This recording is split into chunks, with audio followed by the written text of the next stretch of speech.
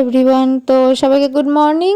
আজকে সকালের খাবারে বানাচ্ছি চাউমিন। এখন সেরকম চাউমিন পাস্তা বানাই না, মা মাঝের মধ্যে বলে তখনই বানানো হয়। আমার মা আবার চেয়ারে বসে একটু কমই খায়, দাঁড়িয়ে খেতে বেশি পছন্দ করে। তো আমি খাওয়া দাওয়া করে এখন স্নান করে পুজো দিতে বসেছি। আমি স্নান করে পুজো দেওয়া শেষ করতেই দেখি মা মাংস রান্না করে ফেলেছে, মানে ওই চিকেনটা কষিয়েছে। তো আমি এখন কষা মাংস খাচ্ছি।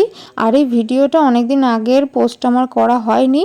দিয়ে দুপুরের খাওয়া দাওয়া সেরে ছাদে গেলাম, দেখি ওয়েদারটা ভালোই। দিয়ে এখন আমি ওপরের ঘরে বসে বেলাতি আমরা খাচ্ছি। আমার বেলাতি আমরা খেতে দারুণ লাগে।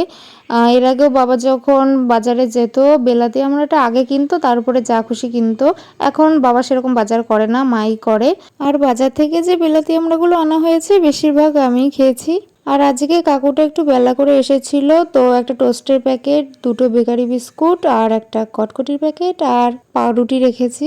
আর বাবা বেরোলে আসার সময় কিছু আনবে না, এটা তো হয় না। তো আজকে এনেছে ডিমের চপ, আর বাবা তো ডিম খায় না, তাই আলুর চপ এনেছে বাবার জন্য। আর রাতের খাবারে আমি এখন লুচি ভাজছি। আটা শেষ হয়ে গেছিল, আমিও বলতে ভুলে গেছি যে আনতে। তো ময়দা ছিল, তাই ভাবলাম যে মাংস যখন হয়েছে তাহলে লুচি ভাজি। আর এইটুকুনি তেলের মধ্যে আমি এত বড় বড় আর ফুলকো ফুলকো লুচি ভাজি, তাই দেখে বাবা বলছে যে আমাকে পুরস্কার দেওয়া উচিত। প্রশংসা পেতে কার না ভালো লাগে, তোমরাই বলো। দিয়ে খাওয়া দাওয়া সেরে নিলাম। তো আজকের ভিডিওটা এইটুকুই। সবাইকে গুড নাইট, টাটা।